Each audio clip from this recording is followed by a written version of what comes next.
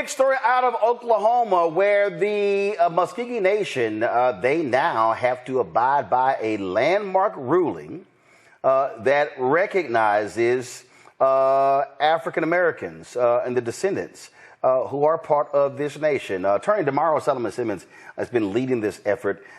We, of course, have talked about it several times as well. He joins us right now, of course, co-founder of Justice for Greenwood. So go ahead and tell us what's up with the Creek Freedmen. Walk people through what happened today and how significant this is, Damario. Well, good to see you, Roland. This is very significant because for the first time in 46 years, Black Creeks, also known as Creek Freedmen, will now have their citizenship rights restored to the Muscogee Creek Nation. This will impact tens of thousands of Black Creeks throughout the nation who will not only receive their birthright and their citizenship rights, but also have opportunities to have tangible benefits, life-sustaining and altering benefits like free health care, child care, education benefits, etc. Okay, so explain to folks, why would they have free health care, free child benefits? What, as a result of the Muscogee Nation? Explain that. Sure. Well, the Muscogee Creek Nation was one of the five quote-unquote civilized tribes who in the late 1700s, early 1800s adopted European-style culture, speaking English and having a plantation-style economy. And a part of that was the enslavement of Africans and of their own indigenous Black members. And so when they was moved to Oklahoma in the 1830s and continued to enslave and continue to discriminate against their Black members, they sided with the Confederacy during the Civil War. They lost, obviously the Confederacy lost the war at the time, and so they had to do new treaties. And that treaty of 1866, which was negotiated and signed by 5 individuals, one of them being my four-time great-grandfather, Cal Tom, ended enslavement within the Creek Nation, and it also granted citizenship to all Creeks of African descent.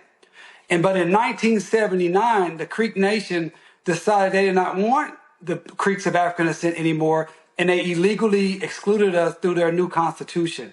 And so we've been fighting that battle ever since. And today, their own Supreme Court affirmed that the Treaty of 1866 guarantees Creeks of African descent, also known as Creek Freedmen, to have full citizenship within the Creek Nation. For folks who don't know, walk through how long this legal battle has been going on, because they were trying everything to shut y'all down. Yeah, even when you came down, Roland, you saw it firsthand. Listen, I started working on this in 1999 when I was trying to get my own citizenship. And then when I graduated law school in 2004, this was the first case I took to trial in 2005. And we lost in 2007. We lost again in 2018. We lost in 2019. But we kept hitting it, and we had a victory in 2023 that the Creek Nation appealed.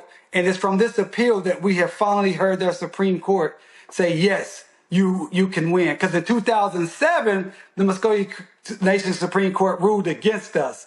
So this is an amazing day. It is just, I can't stop smiling. And I just wish my grandmother, Johnny Mae Austin, who died in 2019 at 89 years old, who was a named plaintiff in our case in 2018, she spoke Creek, and she grew up on our Creek allotment. I just wish she was here to witness this. Explain when you said their Supreme Court. People may not realize that these Native American tribes, they have a separate system than the United States Supreme Court. Absolutely. Thank you, Roland, for that question. So the Creek Nation is the 4th largest Native American tribe in the nation. It has over 100,000 members or citizens. And so it has a fully functioning government with a principal chief, an executive office. It has a legislative office, which they call the National Council. And then they have a judiciary where they have a district court, just like in the United States. And then they have a Supreme Court. And the Supreme Court in the Muscogee Creek Nation has 7 members. 2 of those members had to recuse for our case. And so 5 members decided it. And I'm happy to report that it was a unanimous decision. Okay, so they had to recuse themselves. Were they 2 of the ones who were previously involved in the case? So what happened there? Yeah, the 2 that had to recuse themselves were previously involved in the drafting of the 1979 Constitution that excluded Black Creeks. And so I'm very happy that they did the right thing and recused from this particular case, because this case was about what is supreme. Is the Constitution of the Creek Nation, or is it the supreme law of the land because of the Treaty of 1866? So just for the listeners to understand, under the law, treaties of the United States is second only to the United States Constitution. So that's why we were saying no matter what their constitution, the Creek Nation's constitution stated from 1979, the Treaty of 1866 has never been abrogated or made invalid, and that is what covers and controls in this situation. Obviously, a huge issue. I want to bring in my panel right now. Joining us right now on our panel is, of course, Rebecca Carruthers, President and CEO, Fair Election Center. Glad to have her on the show. Also, A. Scott Bolden, attorney here in Washington, D.C. Joe Richardson, civil rights attorney out of Los Angeles. Glad to have three of you here. So I guess I'll have the lawyer start. Joe, you start with your question for Demario. First of all, Demario, congratulations. This is an incredible accomplishment, and it is obviously very personal for you for some obvious reasons because of your own history. But tell me this, do you see any possibility with this potentially being precedential in terms of setting a precedent that other folks that believe they belong to tribes, because the point is made that tribes, one of the things that the tribes did a pretty good job of is getting, self-determination, funding, setting up casinos and things like that, where the people that are members do quite well. Have there been any discussions that you had over the years that lead you to believe that perhaps in some other areas where we have brothers and sisters who are descendants of tribes, that this could possibly be a route that they may try to take as well? Yeah, thank you for the question. Right, definitely. You had the Cherokee Nation, which is the largest Native American nation, almost 500,000 members. They had a similar issue that I worked on. That was resolved in 2017. The Creeks are now. You also have the same issue with the Choctaw. You remember the movie Sinners.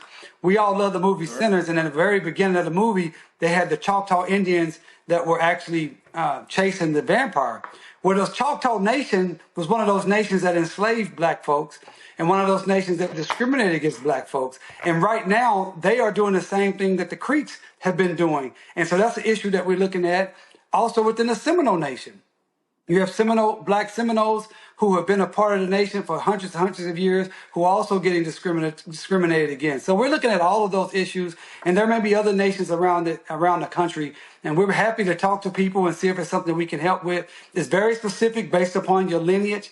A lot of people say, hey, I got some Indian in me, but you have to be able to document it. And that's the thing about the Black Indians of Oklahoma. We are the most documented Black people in the nation. Because ever since they've been taking our land, starting in the late 1700s, they always create these lists of the citizens. So I can document my lineage back to the late 1700s, going all the way up to me. And so that's what it would take. But we know how to do that research, so it certainly could be a route. Scott. Thank you. Yeah, congratulations on your victory. Although, are you really saying that Indians, the Native Americans, discriminated against Black people, just like white people discriminated against Black people in this country? No, he didn't say discriminated. He said enslaved. Enslaved. Yeah, absolutely. But a Black man can't catch a break. Yeah, but go ahead, Scott. So let me ask you this. So as part of this deal or this ruling, first thing that comes to mind is reparations. Are there any reparations in the mix in this ruling, or is that a subsequent separate lawsuit Black Creek would have to bring? Yeah, great. That's a great question, and I think it's something that should be thought about. At this particular ruling, this is just about the citizenship aspect of it, and what we're hoping. Our goal, and I'm reaching out to the chief. I'm hoping he can meet with me before I come to Chicago. Scott, I'll see you in Chicago at the NBA conference. I'm hoping I can get to the chief on Friday, and let's have a discussion about, hey, how can we heal the divide? How can we work together, become one family again, and move forward and have that conciliation and be able to deal with some of these issues that even the one you talked about? So those things are all on the table. But first and foremost, we just want to say, can we get our citizenship? Can you recognize us not only as first-class citizens within the nation, but recognize our contribution to the Creek Nation over the last 500 years? See, here's the thing. A lot of people don't realize we were here when Columbus got here. There were Black Creeks here when the European came here. We're well documented going back to the 1500s. And so don't try to erase our contribution. Don't try to erase what we've done. Don't try to erase our heroes and sheroes within the nation. Let's move forward as one people, and let's talk about how we heal. And obviously healing includes some type of reparatory justice. Rebecca. So how do you formalize that citizenship then? So like I said, they have a full functioning government. They have a whole citizenship department.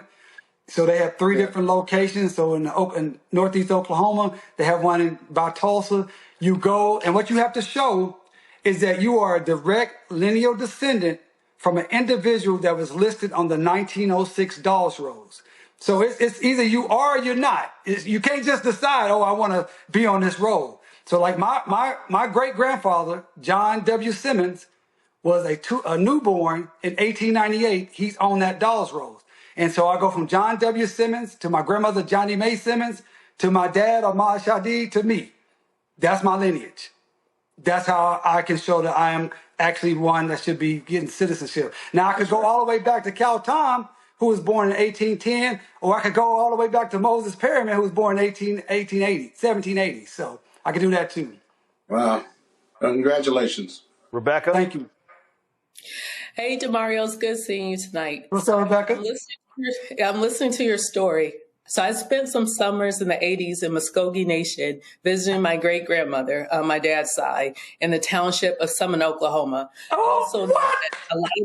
Yes, Summit, Oklahoma. She had, when she passed away, she lived in a 2-room shack, she had an outhouse, didn't have indoor plumbing yet, so there was a pump in her kitchen area, but she finally got electricity. So now I got lots of questions. I'm going to have to call my daddy after the show tonight. How do you go about doing the research proving lineage? Well, listen, I'm going to help you out. All you have to do, and anyone that's listening that think they may have a connection, the way Rebecca just talked about, you can contact Justice for Greenwood. Go to justiceforgreenwood.org. We have a whole We Are Greenwood program. We have a little form there, and you can say, hey, I think I may be connected to the Black Indians of Oklahoma, and we'll do a little research and see if you pass the prerequisites. And if you do, then we can get you one of our genealogists. We have 5 genealogists within Justice for Greenwood that does this work, and then we have our sister coalition organization, the Muscogee Creek Indian Freedmen Band, and they also do this lineage work for you. So if you have someone on the Dawes Rolls, we can find it. All right, then. Well, Demario, congratulations. It has been a long battle, and the fight continues. We appreciate it.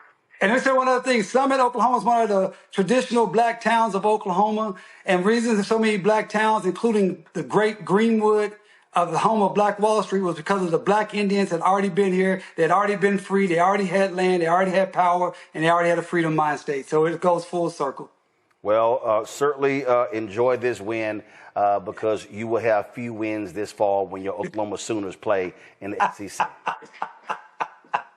That's all right, man. I'll take this win. And you will have even fewer wins for your Dallas Cowboys. So, right, enjoy this one. But come football season, you will not have a joy. You'll be getting lots of text messages from me on Saturdays and Sundays this fall. You know what? That may be true, but here's the deal. 43 days ago, Mayor Nichols announced the reparatory justice for Greenwood, and today we got justice for Black Creeks. Hey, I'm good for the rest of the year, dog. Yeah, because you know y'all going to be losing. All right, Demario, we appreciate it. And you're an Omega. You 0 for 3. All right, you 0 for 3. I mean, like, you just keep taking L's. All right, I want to go to this next story here. Muscogee Nation Court rules descendants of enslaved people are entitled to citizenship. Okay, this is a significant development. I've been talking about this for years. One of my teachers, Dr. Claude Anderson, was fighting for this for a number of years as well. But Attorney Demario Solomon Simmons, who is Creek Indian, as well as a team that he's working with, have been able to get this accomplished. So ABC News has this piece. He was also on Roland Martin Unfiltered. We're going to go to that clip here in just a minute. Muscogee Nation Court rules descendants of enslaved people are entitled to citizenship.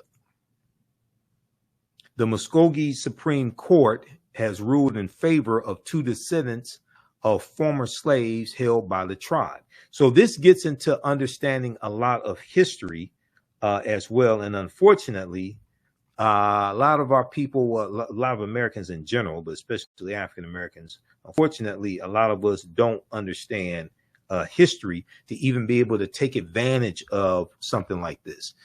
The Muscogee Nation Supreme Court ruled Wednesday that 2 descendants of people once enslaved by the tribe are entitled to tribal citizenship.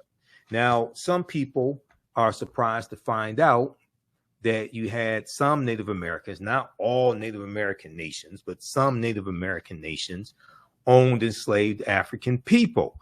The Choctaw, Chickasaw, Creek, Cherokee, and Seminole Indians are known as what are known as the 5 civilized tribes of Native Americans, because they took on the ways of Europeans, of the white man.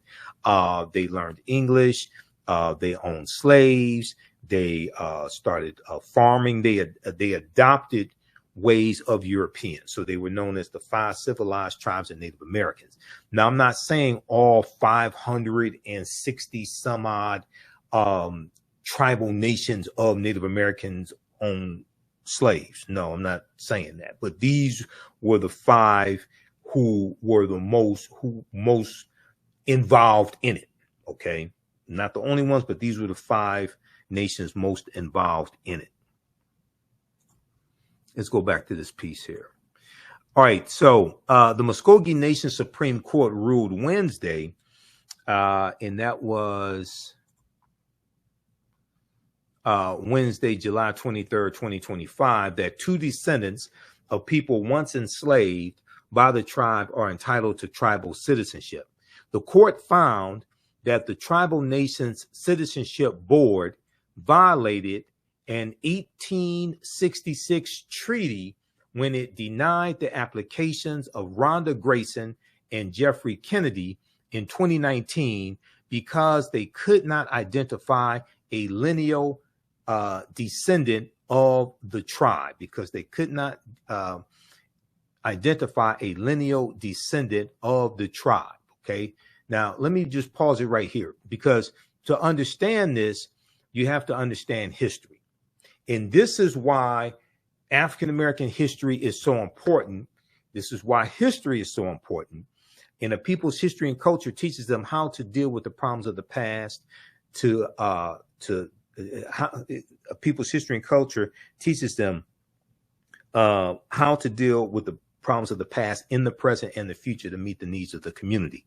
It's important for everyone to understand African-American history, because largely the way you treat a people is based upon what you have been taught about a people. What you've been taught about a people is based upon everything you've read, heard, and seen about a people. So if people have not been taught about the accomplishments and achievements of African Americans, what we have contributed to this country, who we are, and especially our history prior to slavery, then they are more susceptible to believe and act upon stereotypes that are promoted by a white-controlled media, largely stereotypes that negatively depict African Americans. Okay, so Americans in general are ignorant of history. African Americans in general are ignorant of history as well. And then when you try to get policies put in place to address historical structural inequities, a lot of times the lawmakers that you're dealing with are ignorant of your history. So many of them don't even understand that they don't understand. This is why history is so important. This is one of the reasons why history is so important. Okay, Now, this history ties into the origins of Black Wall Street in Tulsa, Oklahoma, in the Greenwood district in Tulsa, Oklahoma. Why is that? Because the Indian Removal Act of 1830, signed into law by President Andrew Jackson, this moved the Choctaw, Chickasaw, Creek, Cherokee, and Seminole Indians off of their land in southeastern United States, the Alabama, Georgia, all that area. They're pushed out west over 1,000 miles in what's known as the Trail of Tears. They all go into Oklahoma. Tulsa, Oklahoma was founded by Creek Indians around 1834. When they go into Oklahoma, they take their African slaves with them. Okay. And about 1/3 of the people on what's known as the Trail of Tears, about 1/3 of the people on the Trail of Tears were African people. Most of them slaves. Some of them are, sometimes people refer to them as servants, but they were slaves of those Native American nations. The word Tulsa comes from the Creek Indian word Tallahassee. And if you read Hannibal B. Smith's book on Black Wall Street, he breaks this down in it. I read his book, Hannibal B. Johnson. This is not Hannibal B. Smith. Hannibal B. Johnson, this book right here. Black Wall Street from Riot to Renaissance in Tulsa's historic Greenwood district.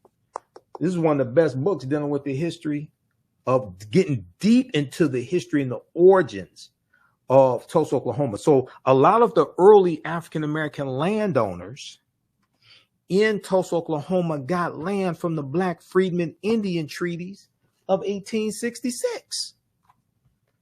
We have a history of getting benefits from these treaties, but many of our ancestors were pushed out of these treaties because the 5 civilized tribes of Native Americans conspired with the United States government about 1941 to redefine what a Native American is. And they stated that you have to have 1/4 or 1 quantum Native American blood. So a lot of our ancestors were pushed out of these treaties.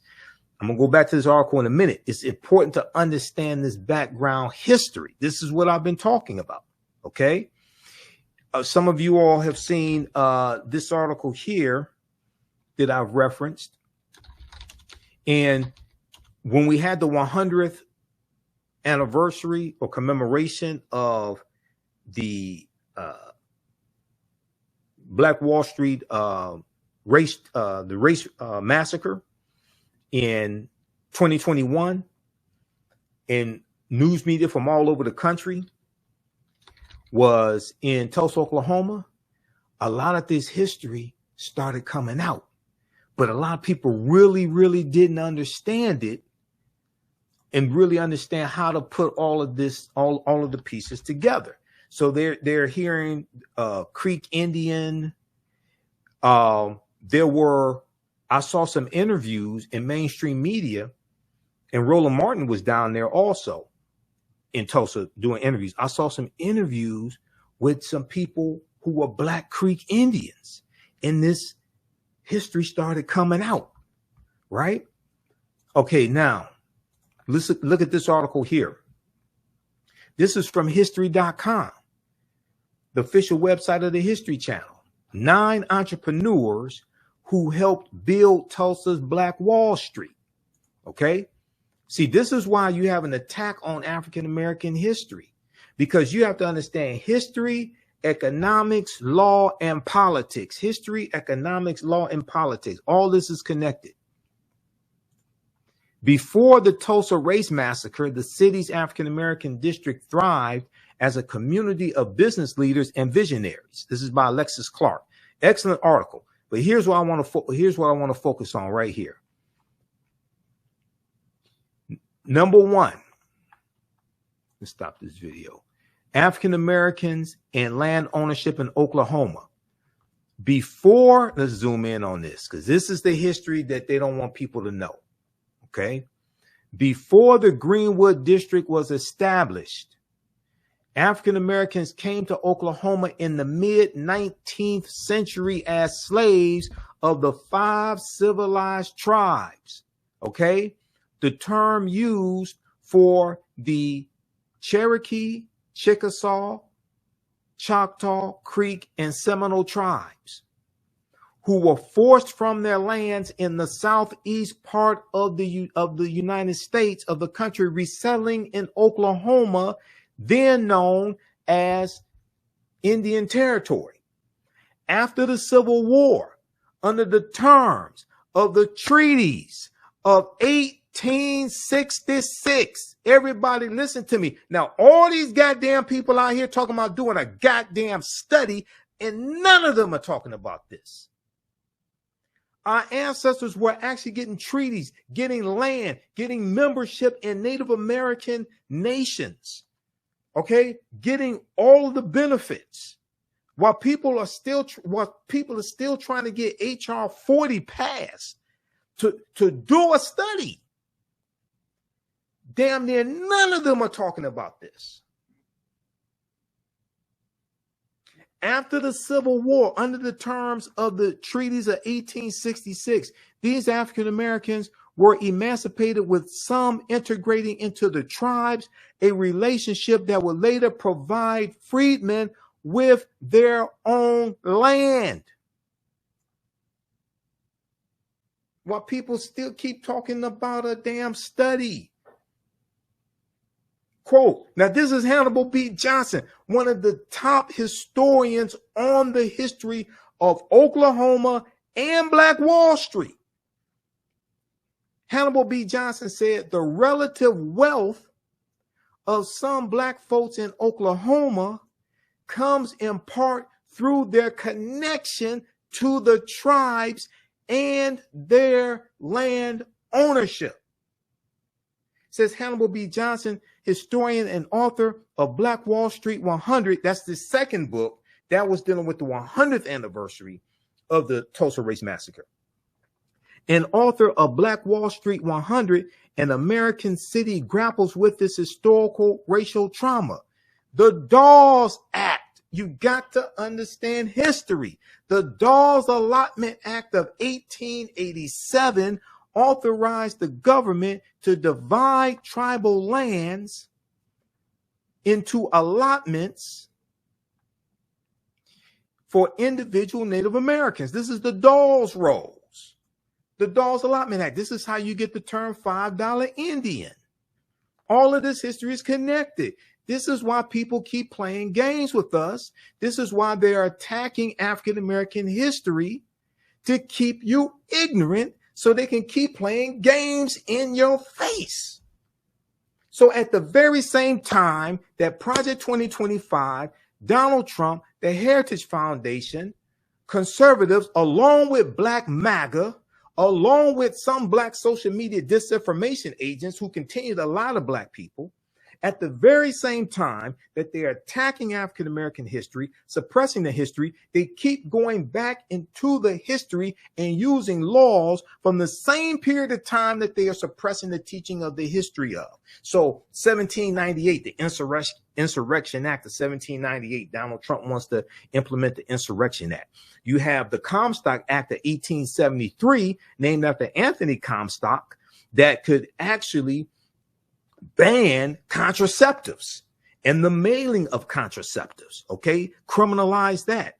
You have the attack on the 14th Amendment of 1868, which was primarily, not exclusively, not only, but primarily for African Americans, for former slaves and their descendants, to give them citizenship rights, okay? You have that being attacked and used against us.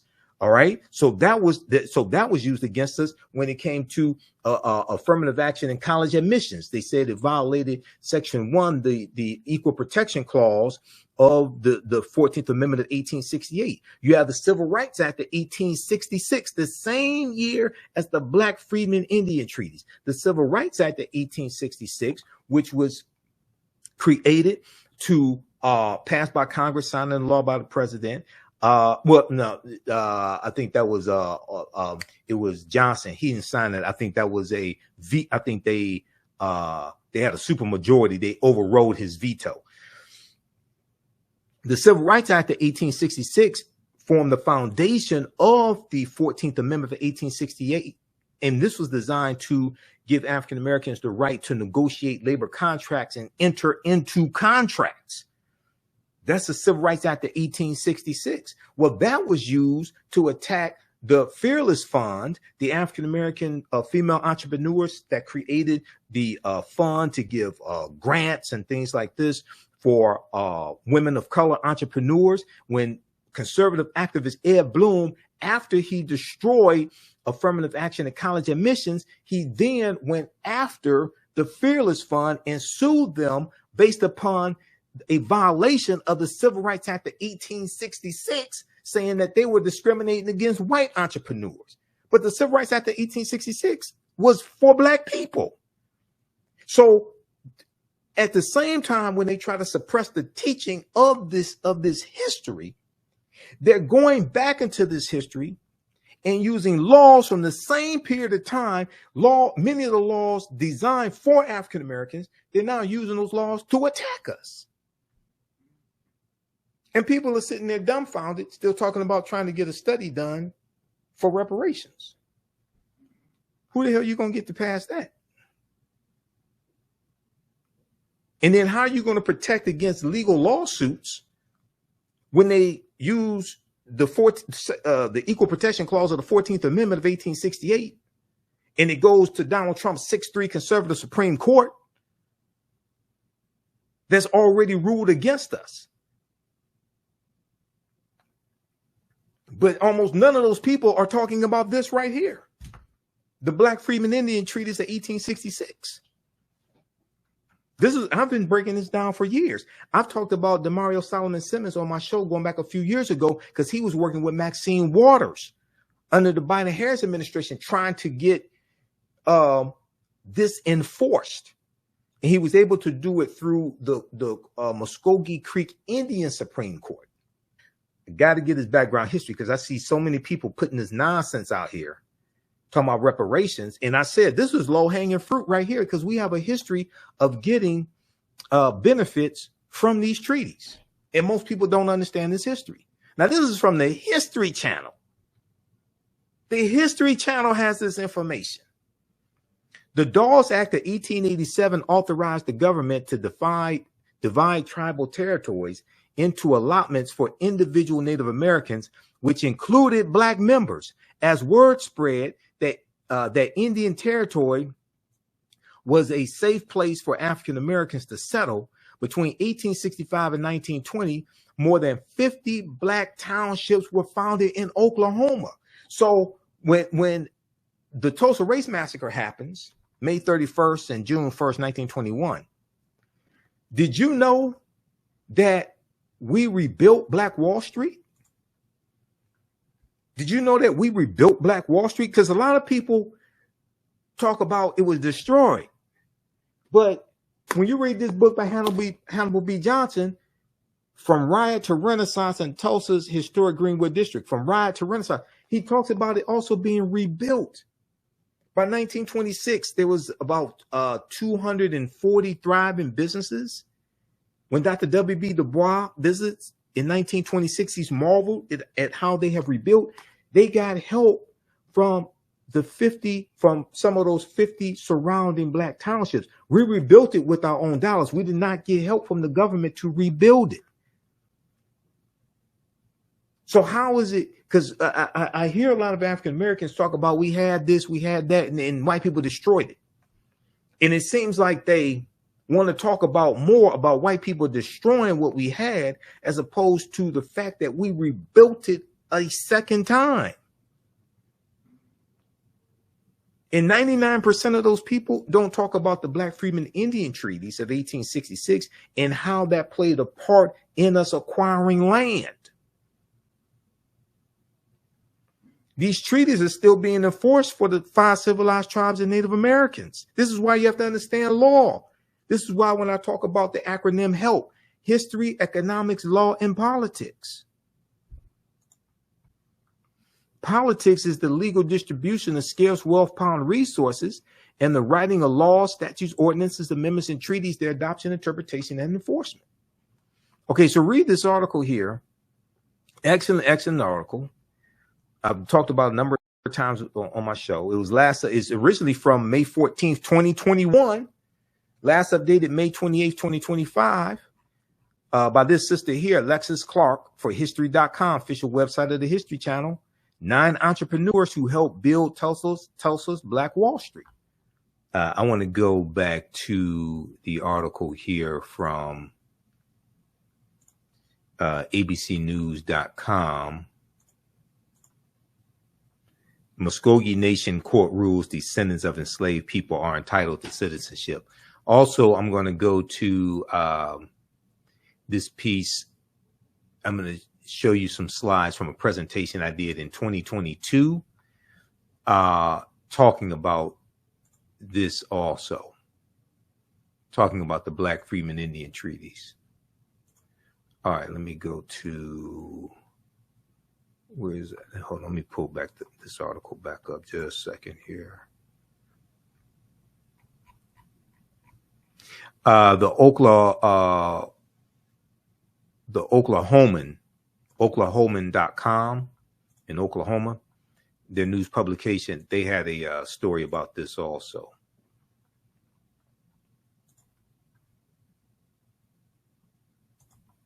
All right, let's go back to this. Okay, Muscogee Nation court rules descendants of enslaved people are entitled to citizenship.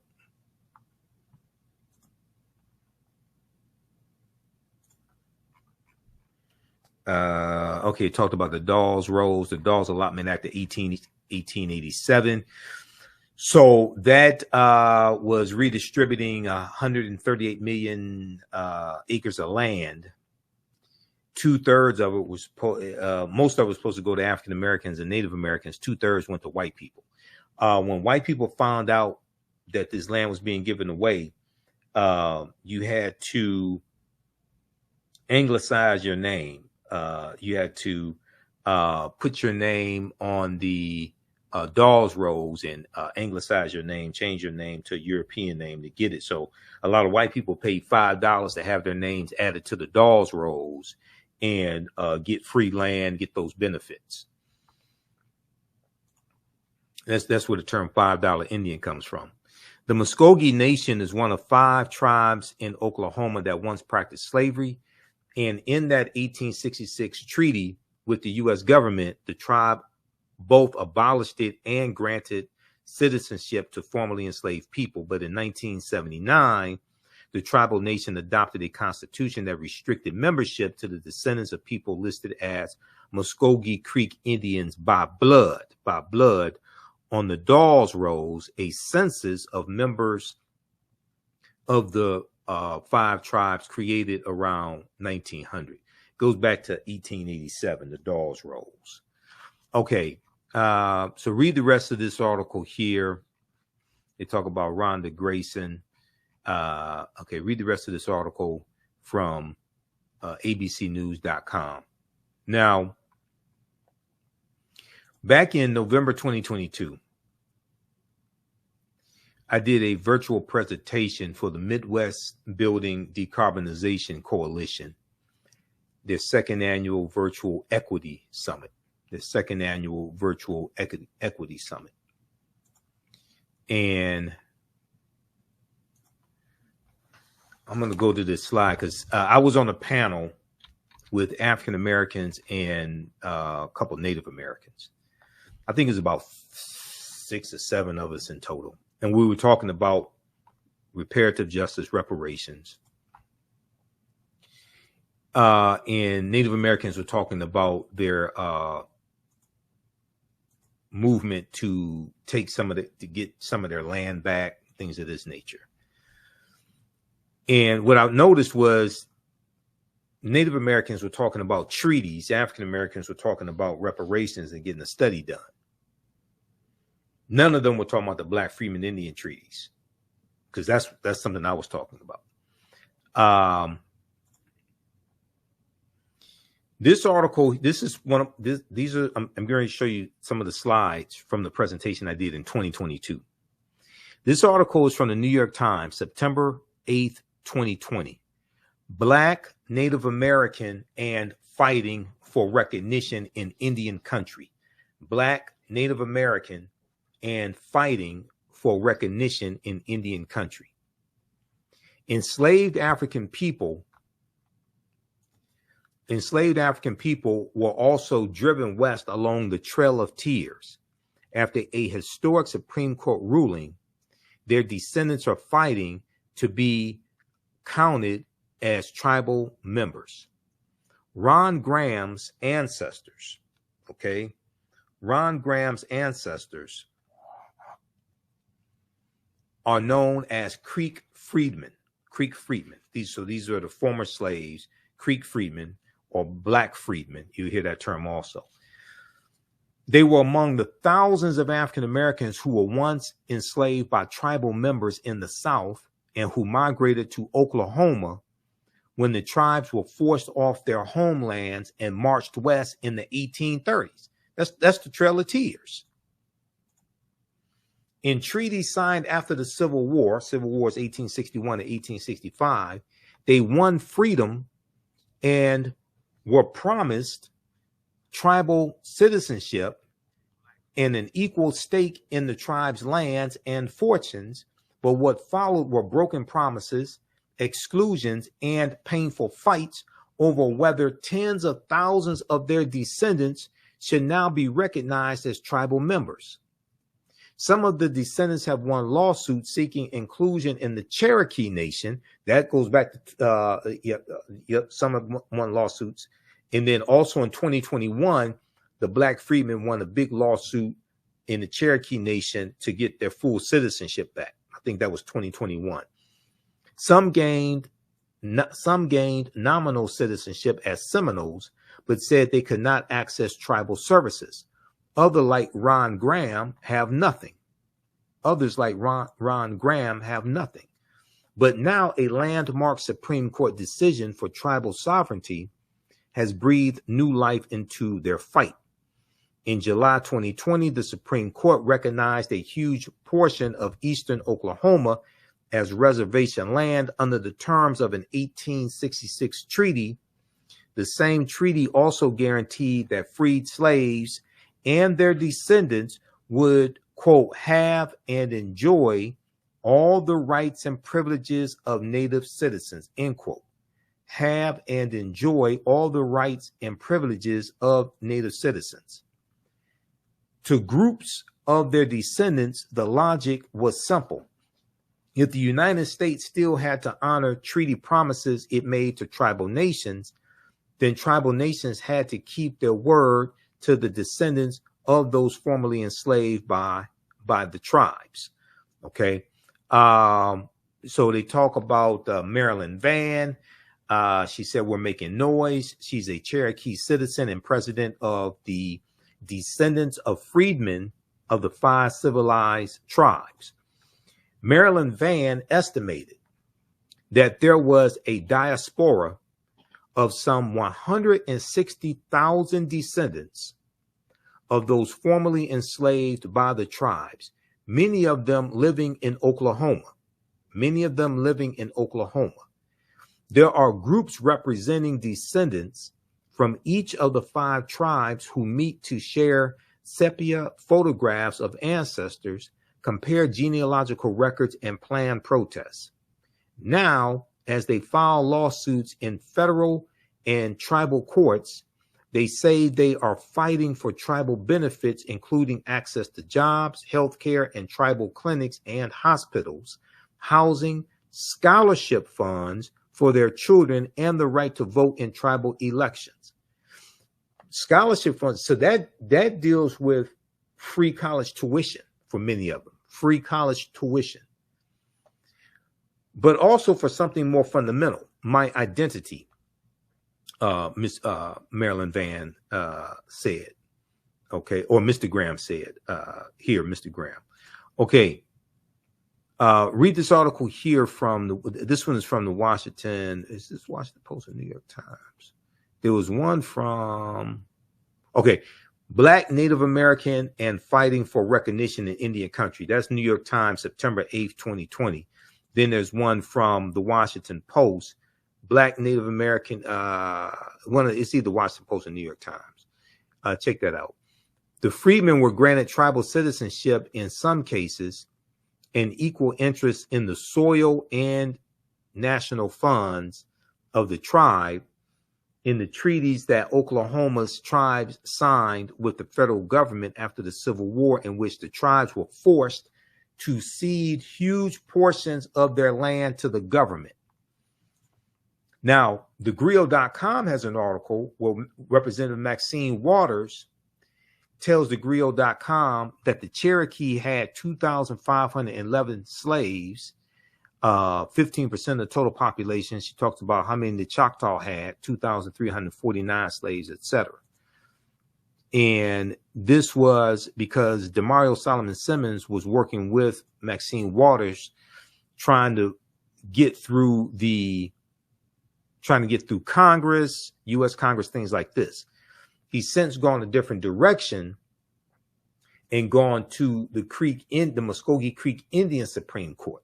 Okay. And then also in that same presentation I did for the Midwest Decarbonization Environmental Justice Organization, I talked about this information here and some of the origins of African Americans in Tulsa, Oklahoma. Okay. From that article, 9 entrepreneurs who helped build Tulsa's Black Wall Street, from history.com, May 14th, 2021. Okay. So I was on the panel talking about enforcing these treaties for African Americans. Everybody else was talking about getting the study done. All the other African Americans on the panel talking about getting the study done. I was talking about enforcing these treaties because we already had a history of getting benefits from those treaties. Now, yes, this doesn't apply to all African Americans, but the ones this applies to can help others in their family, can help others start. That's low hanging fruit right there. Now, how many people are familiar? So let me, 2 quick things I want to show you. Then we're going to go to the next topic because we're running out of time. And like I said, it's been 3, I haven't broadcasted live Sunday night since May, when I had Professor Kaba Kamene on. And we were dealing with him speaking in Detroit for African Liberation Day. Okay, there was a article from SmithsonianMag.com, Smithsonian Magazine, official magazine of the Smithsonian Institute. How Native American slaveholders complicate the Trail of Tears narrative.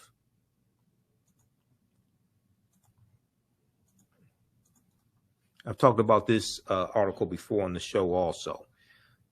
Okay, how do y'all like this type of information? Give us a thumbs up, give us a heart, give us a... Be sure to register for my new history class that starts up Saturday, August 2nd, 4 p.m. Eastern Standard Time. African empires, the Moors, and the transatlantic slave trade, 5000 BC to 1800 AD. Visit our website, AfricanHistoryNetwork.com, AfricanHistoryNetwork.com to register for that.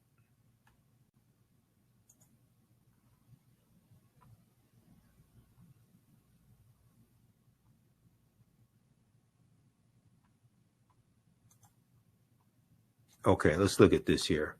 How Native American slaveholders complicate the Trail of Tears narrative.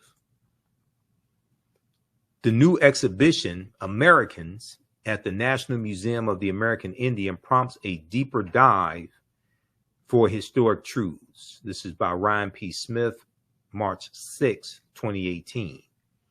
Now, this house here, or mansion, Choctaw Chief Greenwood LaFleur had 15,000 acres of Mississippi land. Above is his Mississippi home, Malmaison, and he owned 400 enslaved Africans as well. Okay, he was a Choctaw chief. So they talk about when you think of the Trail of Tears, you likely imagine a long procession of suffering Cherokee Indians forced westward by a villainous Andrew Jackson, etc. But they go on to say what you probably don't picture are Cherokee slaveholders, foremost among them Cherokee Chief John Ross. What you probably don't picture are the numerous African-American slaves the Cherokee owned. Okay?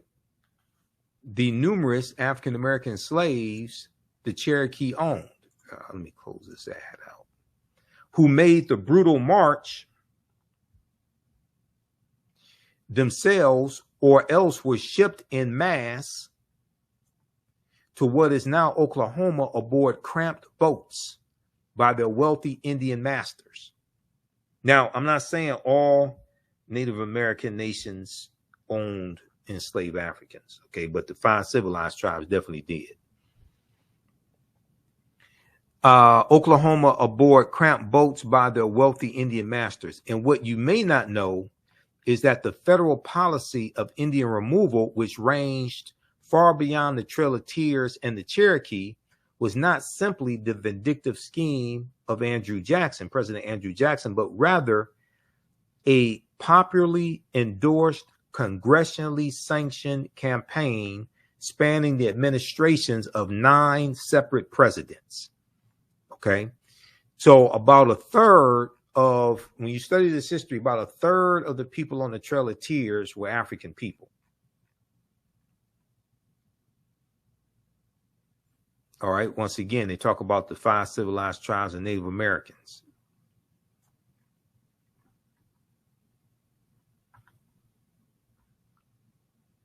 Okay, so read this article from SmithsonianMag.com, Smithsonian Institute, How Native American Slaveholders Complicate the Trail of Tears Narrative.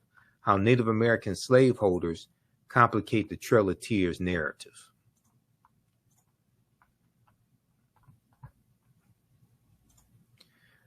All right, now, if you like this type of information, be sure to register for my new online history class that starts up Saturday, August 2nd, 4 p.m. Eastern Standard Time. African empires, the Moors, and the transatlantic slave trade, 5000 BC to 1800 AD. It's a 10-week online class. This is a very visual class. We do a PowerPoint presentation. I have a PowerPoint presentation. The video clips that I show, there are 15 books that we use in the class that we reference. You don't have to buy any of the books because I show you the clips. I show you the screenshots right on the screen. So you don't have to buy any of the books, okay? If you don't want to. There are excerpts of interviews that I've done with some of our scholars that we show in class also. And this content is PG-13, so you can use it with your children. So we deal with thousands of years of history, and also what leads up to the transatlantic slave trade. And one of the things we look at are African empires. So whether it's Kush, whether it's Nubia, whether it's Axum, Merowe, whether it's Great Zimbabwe, Carthage, and the Carthaginians, and Hannibal Barca.